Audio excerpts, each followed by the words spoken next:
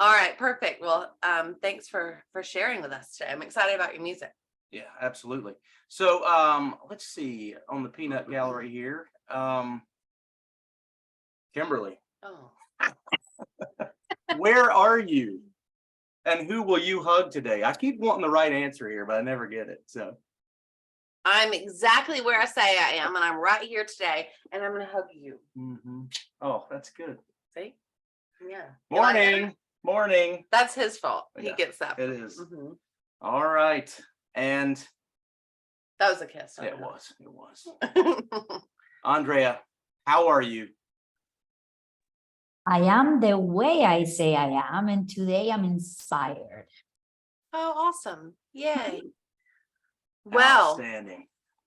we are super excited today to introduce you guys to one of my college best friends. She was in our wedding, right? And she is absolutely amazing. So you guys will follow her on social media. She's hilarious, but her name is Amanda. We don't say her last name, but I'm going to. It's Lebzak. Did I do it?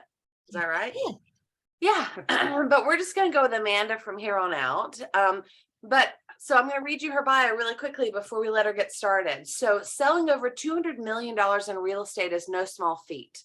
Add in rebuilding the business in 3 states, and you've got 2 of the accomplishments of Amanda. No one says her last name, with a pretty house team. In an industry plagued with negative stereotypes and swindler vibes, Amanda's dedication to pulling back the curtain on buying and selling real estate has propelled her to top producer status. She strives daily to provide an exceptional customer experience. Even before you become her client, Amanda's overflowing with honest, sometimes comical real estate advice, better jokes than Zach, and shares it to thousands of followers on her multiple socials daily. In her spare time, you'll find her clearing her mind with hot yoga or on the boat with her family chasing fish. So today we're going to talk about how did you leave thousands on the table in your last home sale. So Amanda, thank you for joining us today. So good to see your smiling face, and welcome to the Daily Huddle. Well, thanks for having me. I'm really excited to talk about this topic because I think it is one in real estate that most homeowners don't think about until it's too late and you can't go back, right? You can only go forward, and you already missed it. You've already missed the money. You lost it. So for me, when I say, why did you leave thousands on the table? It's 3 things, maybe a 4th if we have time. But the first thing I think is really important before you sell any piece of property is to be ready. So I compare a lot of things in real estate to marriage, right? And so when you go on your very first date with somebody, would you show up with like the gym look, like sweaty and clothes that don't match? Your shorts have a hole. You haven't shaved your legs in a week. You're not wearing makeup. Your roots are a mess. No, because if you showed up on a date looking like that, you might not get a second date. So when you come to market, you have one chance to make that impression. And I think a lot of home sellers think it's okay. They'll overlook it. A buyer won't overlook anything. So when you list with an agent, if that agent says, oh, you can just stick a sign in the yard, it'll be fine. That's the first stop. That's the first sign that you're about to lose money. You haven't even started negotiating. You've already lost money. A buyer walks up to your front door and you have a beat up kick plate. You probably don't even notice it. None of us do. There's chips in the paint. The doorbell's a little janky, thousands of dollars. Why? Because the buyer thinks, well, dang, if they don't even clean up their front door, what's behind the house? How's the plumbing? Do they even deal with that ever? Probably not. So the very first way you leave money on the closing table is by not coming to market fully ready. And I think, unfortunately, in our industry, it's so easy to get in the game that you don't educate yourself on what you need to do with your clients besides just sticking a sign in the yard. That's a super easy part to do. Anybody can do it. I pay a guy to do it. So when we work with our clients, we spend at least about 6 weeks before the sign goes in the yard, getting the house ready for sale. And that doesn't just mean your house. If the neighbors have a whole bunch of junk in the yard, I am happy to go over and knock on the door and help them find some cleanse. You got to cleanse. Because if you don't think of buyers doing drive-bys, you're wrong. We require all of our buyers to do drive-bys. So that's the very first way I think most homeowners leave money on the table, is that they show up to the game looking a mess. You just can't. You just can't, because you've already lost at that point. Any thoughts, questions on that before? Yeah, I want to know, are the neighbors usually receptive to cleaning up their yard? It really depends on how allowing you to broach the help them? subject. So I have a listing right now that is a gorgeous home, but this is Florida. So you've got mansions next to trailers, and there's a guy that lives across the street, Eddie. And Lord bless him, he loves an old bathtub. He's probably got 8 in the front yard with shrubs and flowers, and I'm suspecting weed, but he won't give me any, so I can't verify it. And so I just kind of broached the subject like, hey man, this is beautiful, but it's not beautiful to everybody. Is there something that maybe I can do to help you make this a little more pleasing? And he was happy to move the trailer to the backyard during open houses. He doesn't do his weekend yard sales now all weekend long. He really has fine-tuned it. And he learned that if you fine-tune a yard sale, you actually make more money, You get more people. get more traffic. There you go. So is it easy always? No.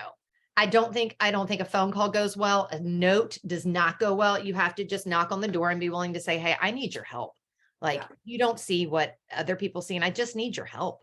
And then once the house is sold, if you want to go back to being who you are, knock yourself out, but you probably won't, because you'll probably for like this the nicer, minute. you'll like the cleaner look. It'll feel better to pull in your driveway and be able to see the front door. Yeah. Yeah. And I've got people to help you get there. So it's not like I'm going to expect you to move those bathtubs by yourself, Eddie.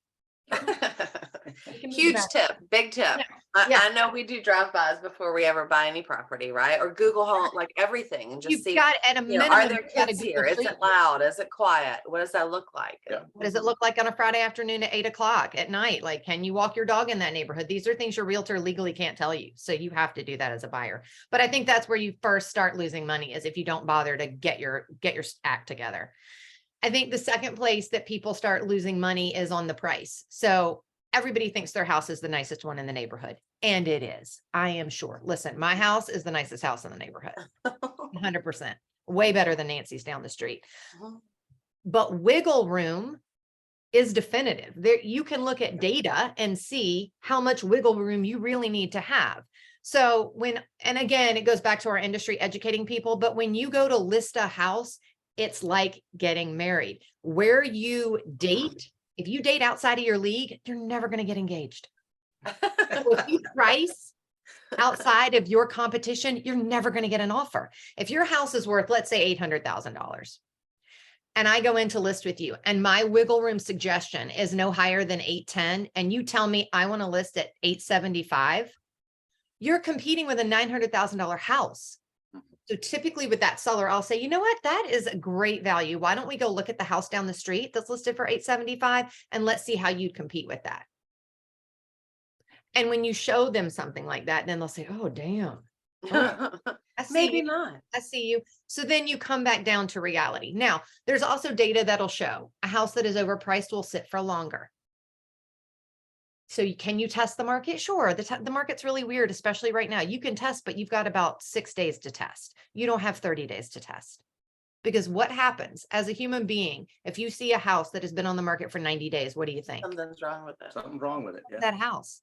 Mhm. There's some, and you are never going to believe when the agent, as a buyer, you're never going to believe the agent or the homeowner who says, well, we were just testing the market. No, you weren't. You've been cooking meth in the back bathroom, and now I can't live in that house. Or, there's a dead body in the attic. Like, you have to think about what a normal person is going to think of your house when you sit on the market for 3 months. So price is critical. If your agent shows up to the listing appointment and they don't have solid data on where your price should be, that's your second red flag. If they just show up and you're like, well, my estimate said 850, and the agent's like, oh yeah, we can totally do that. You should not even just let them go. Let them walk away.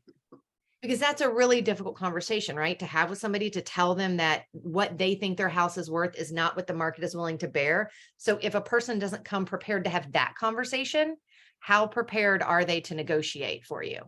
Right. Get I you think that. everybody wants obviously the most they can make, right? I want to sell my house when I can get this X amount. So are we there yet? Are we there yet? And having those conversations with sellers, I guess, specifically, are, I'm sure, very uncomfortable, because everybody wants to make the most they can. It is. And a lot of times you'll have other realtors coming in who aren't Mhm. educating about the market, and they'll just agree with the seller. So if I tell you 810 and the lady down the street that sells one house every 4 years tells you 875, who would you believe? You want to believe the 875 lady, right? Yeah, Yeah. of course I do. Of course Right. you do. Why wouldn't you? But then wanna make 3 more months money. later, 3 months later, I can't help you. I can't get you back those 3 months. And now everybody sees it forever. It's not like back in the day where we could delete listings from the MLS and nobody would see that. Mhm. Zillow captures it forever. We can see your house was on the market and that you were crazy. You can't get that back. And you Right. can't get the selling season back either. So if you're coming in this selling season, which is now, by the time August gets here, baby, those kids are in school. Mama's not moving. You've missed her. You missed her when she was willing to pay you probably $825. And now you've reduced down to 800 and you've got a problem and you can't go Yeah. back. You can't sell So it. that's the second thing I think people don't do is that they don't know where the wiggle room should be, how long you should test for, and really what somebody else is thinking of your house when they go out and compare you to the competition. Any questions on that?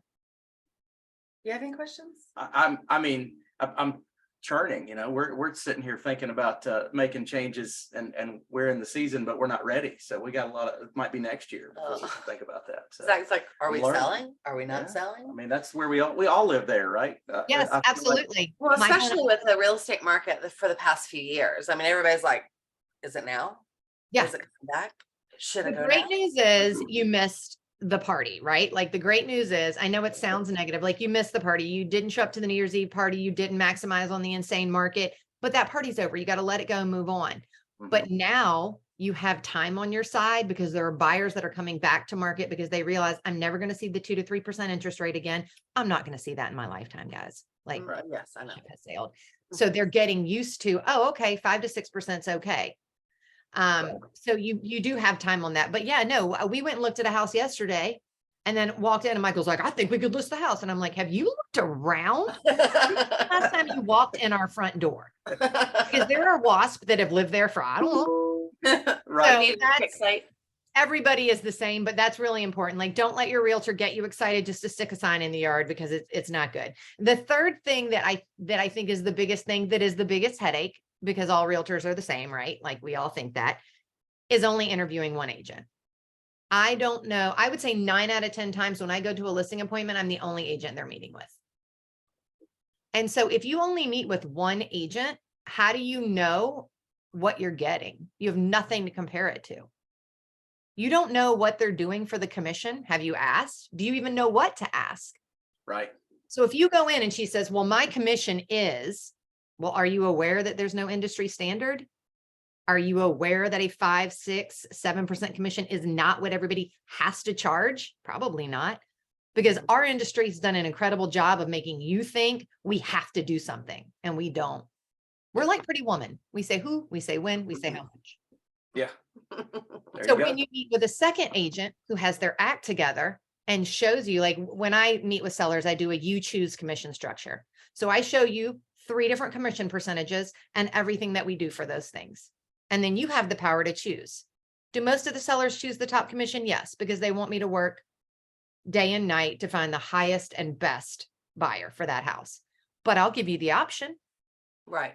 So you know what you're And getting. with those different commission structures comes more media, social media marketing, all Social those media things. marketing, broker open houses. And then, so we probably don't even have time. Yeah, we got like a few minutes. The real meat of the job is getting the property from contract to close, which is a whole nother conversation. But most agents don't attend things they need to attend. When was the last time you asked your realtor if they'd attend the appraisal? Right. If it doesn't appraise, it doesn't close. Right. Right. Very much so. So if I show up to meet with the appraisal and I've got my comps in hand, I've got upgrades to the house, I know about the 3 houses down the street that didn't sell on the market, so I can show you those prices. I'm And your going appraiser loves you. to get me to value, right? But if I didn't show up, because nobody knew if the realtor would, because nobody knew to ask that. So I think that's the biggest thing, is not interviewing 2. So you can see, everybody's got a friend in real estate, interview them. This is the biggest financial investment you have. Mhm. Why would you give it to somebody who's new in the business to do them a favor? If you want to do them a favor, because everybody wants to do them a favor, You're my everybody wants to be nice. friend. You want to do them a favor, have them co-list it with a big agent in your market, or pay them a referral fee. Those are 2 things I do often for people who want to do a favor for Sally down the street.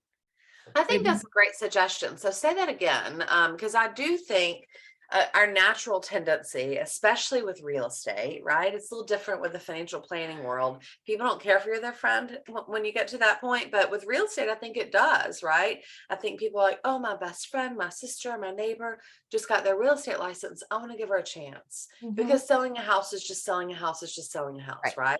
Right. And obviously, when you look deep into that, you realize that it isn't just selling a house. There are all these different pieces of it, but I think allowing it so everybody wins is a big deal. So say that again. So if I'm meeting with a seller and she's like, well, my niece Tammy just got her license and I really need to do her a favor. Like she needs to learn. I'm like, oh my gosh, that is such a great idea.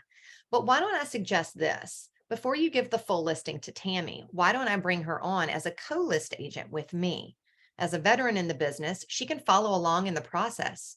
I can mentor her while I get you top dollar for your house and to the closing table. And then when Tammy gets to the closing table, she'll have something under her belt and she'll have made a little bit of a commission. It'll make you feel good because you're doing her a favor. She'll actually learn what she's doing and she won't torpedo your deal because she doesn't know what she's doing. Right. I mean, it's fantastic. We have a very similar scenario that we use when we're training new reps, new agents in the financial world, but we just require it, right? You want to get to the next compensation level. You want to get paid more, then you have to go through this training process, and it requires you to be with an industry veteran. I think that's fantastic. I didn't even know that was possible. So, I've learned a ton. Now I'm looking at everything in the house that needs to be done. And here's the thing, right? I live in Florida. I practice real estate in Florida. But if you have a family member or if you're thinking about selling your home, I have a list of questions that I strongly encourage you to ask every single realtor that you interview. I'll send you the PDF. I also interview agents for my homeowners. Like this morning, I was looking at properties in Louisiana around my client's house because I'm going to call the 3 agents who sell the most in that neighborhood. And I'm going to ask them questions from realtor to realtor that I can ask. And then I will recommend the top 2. Wow. Yeah, that's awesome. So it's a way I to think definitely far out. I was just gonna say, I definitely want that PDF. You can either put it in this chat in a minute, or we can add it to the Facebook once this comes out on Facebook. Oh, that's We can perfect. add it Yeah, to the I'll comments email there, it so to you and you people can add it to download it. Yeah, that'll be awesome. Very, very much so. Any other- Oh, I was gonna say, what's your 4th golden nugget if we have time? So If Is you it don't know different? what to ask or who to ask, just send me a DM. awesome. Yeah. If you're just feeling like I have no idea what I'm doing here and I really either want to buy or I want to sell, I can offer you advice even though I don't live in the state and I don't have any skin in the game. Right. So every realtor in your market is going to tell you, you should sell now, you should buy now, because Right. they only eat what they kill, right? Mhm. But there are some times that you shouldn't sell. You shouldn't put your house on the market from Thanksgiving to Christmas. Because nobody's buying. Yeah. Unless the people on the market at that time have to sell and buyers know that. Uh-huh. Interesting. So maybe I should buy between Thanksgiving and Christmas. They have to sell. I should negotiate. Yeah, Mhm. that's when you're gonna get a deal. You can negotiate. You could allow them to stay in the house after you've sold, after you've bought it. They could pay rent back through the holidays. For their Christmas decorations. Get a And, deal on the price. They Uh-huh. get to stay through the holidays. Yeah. Well, I obviously I love you very much, and so glad that you're here. Let's open it up for questions. Any questions you guys have for Amanda today? Gosh, I hope And I know, I was like, and then we'll get started. really nothing better than being put on the spot. I know. I can't see everyone. Oh, there we go. I can see everyone now. So any real estate questions while we're waiting on someone to raise their hand? I know, where in Florida are you? I'm in the Tampa, St. Pete, Clearwater area. So the West Coast, Gulf side. We're the ones that the Weather Channel always says we're going to get hit by the hurricane and then we don't. Better knock on wood. Yeah, Right. knock on wood. And then the folks here thinks that it's either Greek people that are keeping us safe or the Indian reserve. I don't care which one it is. I'm just very pleased that One or the other. yeah. And I practiced real estate in Savannah, Georgia, Atlanta, Georgia, and Knoxville, Tennessee. Okay, Okay. awesome. And that's what I was gonna say. Obviously, I know you're from Savannah, so I know you had that, but I didn't know the other 2 pieces. So, Gio, what questions do you have for us today? Thank you. Yeah. Well, Amanda, you're a rock star. Thank you so much, sir. I appreciate you saying that. This way of being is like she knows what she's talking about. Life's too short, right? Yeah, it's like straight to the point. Amanda, I want to ask you my bucket list question, right? You know, I have land in the mountains, and I'm looking forward to build that house in the mountains, but I don't have a house on the beach. Mm, And it occurs to me, or it seems to me, that that's an impossible goal. Like, there's no way I'm ever going to have money to have a house close to the beach, by the beach, yeah, or it's in the vicinity of a beach. And the other day I was driving through Tampa, and I saw some, you know, some pockets where this might be possible. Do you have a place where you can point to, or maybe we can talk offline for some possibilities for regular guy like me that can, you know, can give it a shot? No, I totally get that. That's a great question, and we should definitely talk more offline. So wherever there is too much development, you're going to be outpriced. So the generic beaches, the Clearwater Beach, Madeira, Tierra Verde, they're done. They're done for the common man. They're done for the upper middle class man. They're done for the upper class man. It's the upper that's there. So places like Apollo Beach, it's up and coming. So we're going to have to find places where the development hasn't fully capped yet. So Pinellas County is likely out because we are at 99% developed. Wow. So where there's no land, you're going to be disappointed in the pricing. But yes, there's absolutely opportunity for beach or waterfront properties. We're just going to have to go where not as many folk are yet.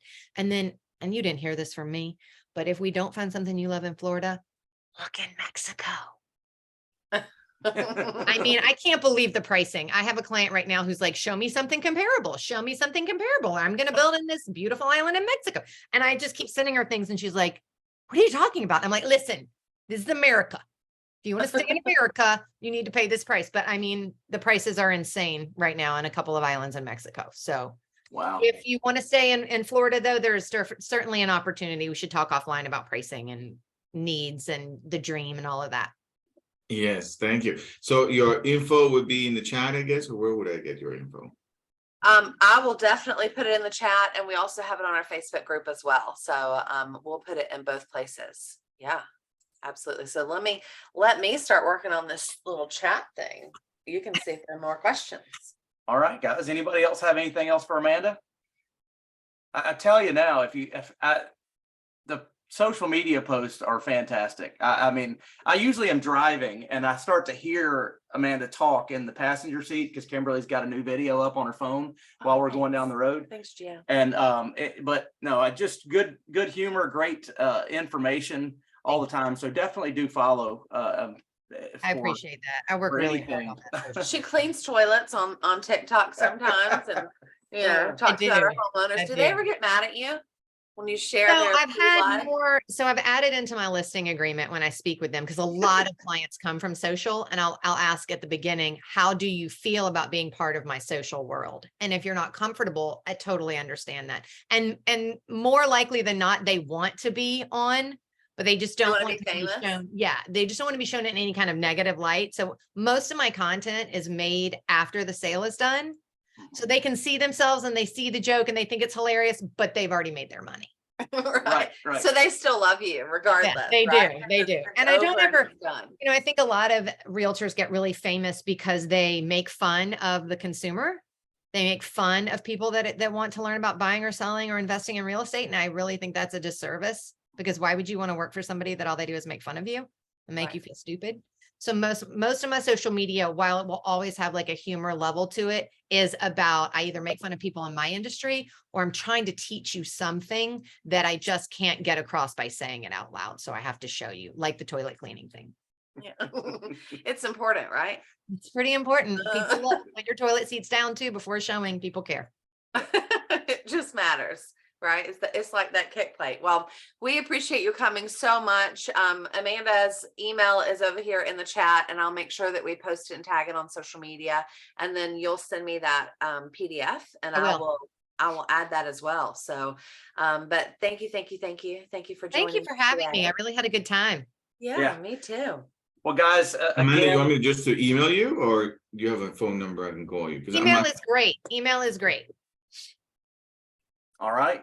Well, guys, again, it's great to see your faces. Those of you that are joining us somewhere else in the social media world, join us live sometime so we can see your faces. But we appreciate your attendance nonetheless.